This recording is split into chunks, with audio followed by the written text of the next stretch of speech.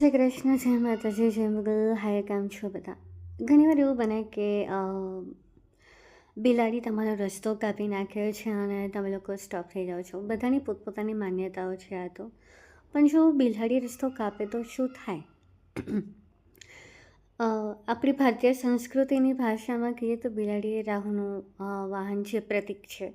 અને એ સમયે એ જો રસ્તો કાપે તો તમારે એ કરવું જોઈએ કે ઓમ રાહુ રાહવે નમઃ આ મંત્રનો જાપ કરીને નિશ્ચિત મને આગળ વધવું જોઈએ. કારણ એ છે કે બિલાડી એ રાહુનું પ્રતીક છે, એટલે શુભ છે.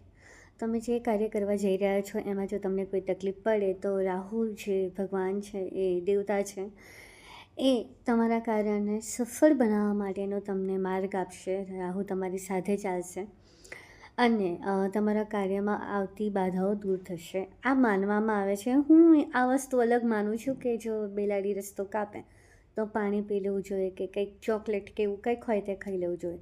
દરેકની માન્યતાઓ અલગ અલગ છે, પણ આ આપણા ગ્રંથોમાં લખેલી વાત છે.